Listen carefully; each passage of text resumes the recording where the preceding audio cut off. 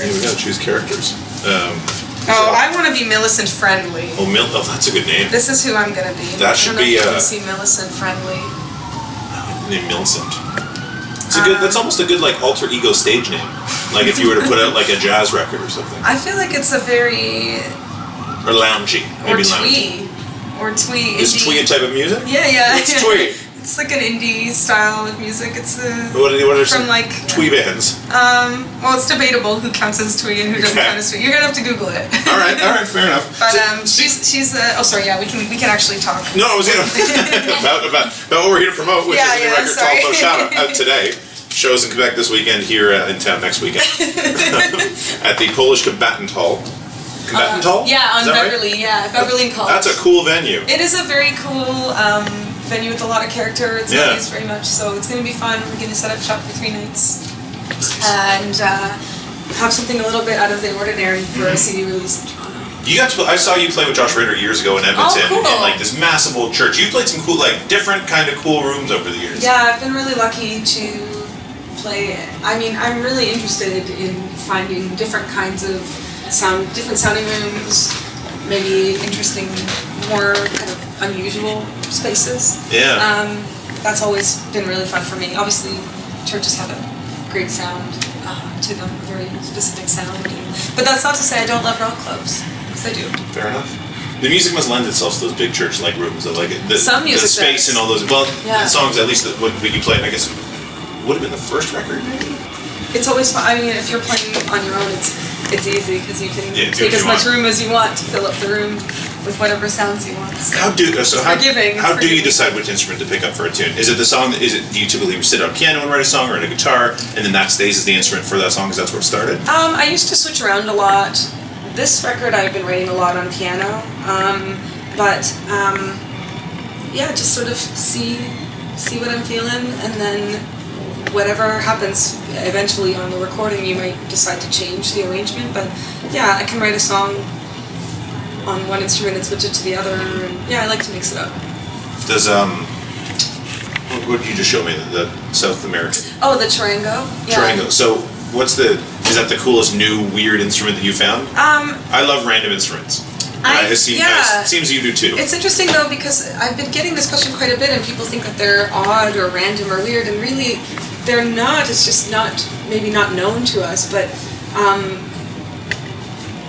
you didn't like my phrasing of random and weird. The charango is a very well-known instrument in South America. It's a popular folk instrument, and it's so it might be unusual to maybe somebody here who hasn't been familiar, but that's not to say that it's weird. Maybe other instruments are weird. Fair enough. No, they're all equal special, and I first came across one actually in the Banff Center. I was doing a residency there, and so obviously they have musicians and residents from all around the world coming to visit. So it was somebody from Peru who had brought their charango with them. Did any of these songs start in Banff? No. Okay. Sorry. It was really I fell in love with the instrument and I started learning it. It took me a while to figure out a way to play it that there is a traditional way of playing it. That's actually a very challenging way to play. So I'm learning that slowly. But for now, I'm kind of figuring out my own way of playing the instrument, and so far I think it's been okay. And a lot of people who are familiar with the instrument say, yeah, you don't play it the typical way, but what you're doing is okay. It's okay. So that's good. Yeah. And is it the guitar you're using in the video? It Can't Be a video? No, it's a charango. Yeah, that's what the I said. I'm calling it a guitar. Yeah. Now I'm scared of the word choice. Oh, I'm sorry. No. I didn't mean to put you out there. It's the same one, and it's kind of fun. I really kind of fell in love with it because it seemed like it was only going to sound like something. I had something in my head, kind of a presupposition. I guess I had an expectation of what it was going to sound like, and then I realized it was capable of a lot of other things and had a lot more depth to it. So, and I think with a lot of different instruments, that's what attracts me to something like the auto harp or maybe different kinds of zithers or different kinds of organs and keyboards. It's like, okay, well, it doesn't have to only just sound this one way. You can maybe do something different with it or put it in a context that maybe it's not always heard in this context. So take it out of its place that people are expecting. Right. We're gonna start with the You Can't Be video just to go on that topic for a second. So that's where it starts, and then we'll chat. Okay, so cool. do you want to talk about that? Sure. Yeah, we filmed that at the Art Gallery of Ontario. I did a concert there, and it was actually a collaboration between myself and a visual artist. Her name is Stephanie Conneling. She is from Toronto originally, and working with her has been really inspiring. We worked together on the music video for Tall Tall Shadow actually as well, which was kind of inspired by our kind of a natural progression from our collaboration at the AGO. We kind of took that one more step, and it's been really amazing to be working with her, and it was just really, really fun to kind of have a very DIY kind of aesthetic or experience of making something, but then obviously at the AGO we were using overhead projectors and sort of lower-fi equipment, but it kind of had a bigger result in a lot of ways. And why did you want to do black and white? For that video? Was that, yeah. That just sort of well, it seems to lend the color of the record too. Yeah, right? yeah. Well, I mean, it's funny because it's a black and white. It seems black and white, but actually we printed it in color because there's gradients and there's different colors in the different shadows. So you can't just print a black and white cover in black and white. It actually has a lot of different tones in it. Cool. So, yeah, thanks. I'm gonna study this very closely. Oh my goodness. We do something called. Actually, no. I wanted a Springsteen. Yeah. So you got obsessed with the Springsteen channel on satellite radio? Oh, I love, I mean, I don't have satellite radio, so I was on tour, and when you rent a vehicle on tour, nowadays they're come with all mod cons, so it had satellite radio, and yeah, I was psyched to find out that there was a whole E Street radio. It was really fun. It was the soundtrack to my drive through the Midwest so a couple weeks ago. Okay, so when you're stuck on one artist for a little while, does it inspire you to either write a song or to cover their songs? Like, did anything come of that? Well, other than Joy? Yeah, well, I did a cover of Glory Days, but that was actually by request of a website called the AV Club, the Onion AV Club, and they do a series called Undercover, and they were doing a baseball themed series, and they said, you know, would you like to do a song for the series? It's all about baseball. You have to pick a baseball song, and the first song that came to mind was Glory Days. So I know it's not exactly about basebal, but it's definitely in the realm of baseball, I think. I feel like they could put some sort of highlight package or something together with it. That works. Yeah, so yeah, it was, I mean, I love that song. I think he's fantastic, obviously. So in terms of writing, I mean, I think it's hard to know where your songs are coming from.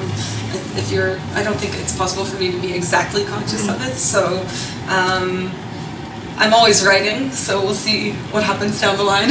You're always writing, good, because I'm scared now that everyone from this Bellwood scene is just ending their bands. Oh no! Great Bloomers and Obi Shoe's done. It's like, okay, you're still around for the while. I don't even believe that they're gonna be done. I can't believe that that's true.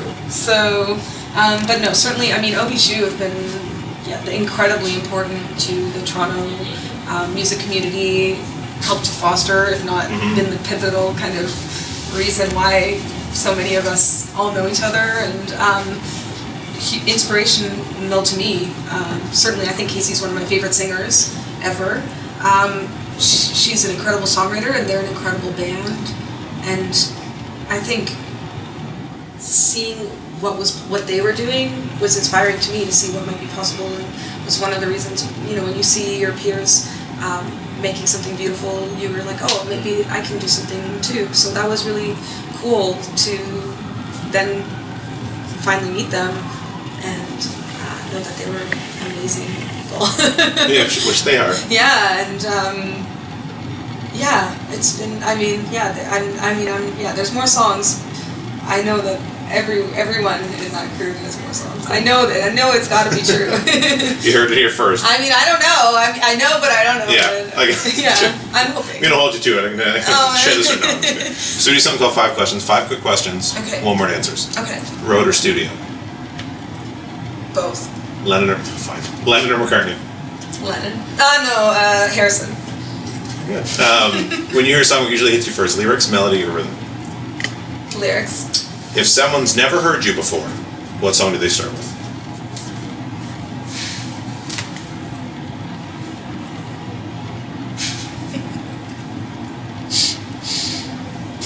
None of them. Random. Pick a random one. I like Wires. Thanks. And it closes side 1, which I didn't realize was like a side 1, side 2 kind of record. Yeah. So in my head it is. Obviously on the CD you can't flip. Yeah, no, but it's still nice to have that. We were just trying to screw around with that record player before we couldn't get it working. So did you write it with that in mind? Did you know this was going to be like a 2-sided thing? Or that just happened in the sequence? No, it's kind of happened naturally. I realized that there were 2 kind of distinct, modes, like narratives almost, or yeah, for me anyway, there were 2 modes and 2 kind of feelings. Actually, that's kind of a Springsteen thing as well. And I feel like this is my observation, but I think a few people share this opinion that the sides that he has, and sort of the way he closes and opens side A and side B of his records, is something that I have thought about for myself as well. Not that I necessarily think that I do the same thing, but it's something that I've noticed. Cool. And taken note of, yeah. Last one of the 5 questions. Oh, I only did 5. Okay. No, we've only done 4. There's 1 left. In 1 word, and I hope I pronounced your name right because I've been debating with people all week. In 1 word, Basia Bulat. Basia Bulat. Bulat. Basia Bulat, yeah. Basia Bulat. I like that. Thanks. Yes. That's a good I don't one. know. Yes. I think. That's 2 words. Yeah, no, I like that though. That's good. Basia. Okay, what does Basia mean? It's a Polish name. It's actually a form of a Polish version of the name Barbara. It's Barbara. Okay. Very common Polish name, but. So that's the thing. People think it's really weird, but actually, it's not so weird. I didn't use weird there. I didn't use weird. I used weird with the instrument. I used weird there. I like names, and I'm curious about like the meanings behind names. Yeah, a lot of Polish names have that, where they have there's Basia, Kasia, Joasia, Danusha, Zosia, lots of shas. Lots of shas. Lots of shas. And that's where we end it with lots of shas. Thank you. Yeah, thank you. Yeah, awesome. Pleasure. Thank you very much. Yeah, my this pleasure. is really fun.